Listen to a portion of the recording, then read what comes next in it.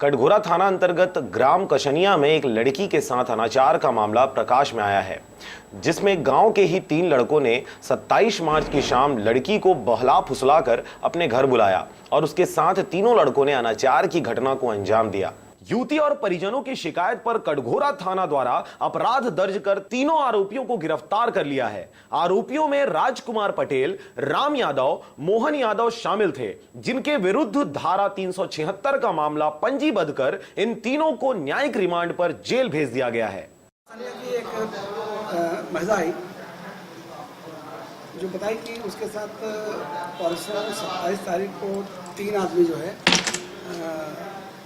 गलत काम कर दिए, जिससे महिला प्रधान शक्ति का केस द्वारा FIR दर्ज की है।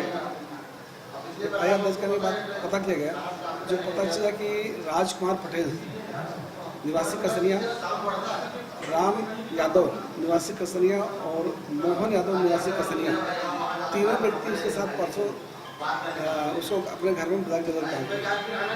FIR दर्ज करने के बाद तीनों पूछताछ से तीनों अपना जुर्म स्वीकार किए हैं। तीनों बताए कि हमसे गलती हो गई है, मैं उसके साथ गलत काम किया। तो राजकुमार पटेल की गिरफ्तारी कल शाम को हुई है। राम यादव और मोहन यादव की गिरफ्तारी आज की जा रही है, जिनको माननीय न्यायालय में पेश किया जाएगा। कटघोरा से जयप्रकाश साहू के साथ शशिकांत डिक्सेना की रिपोर्ट, RJ रमजाजर।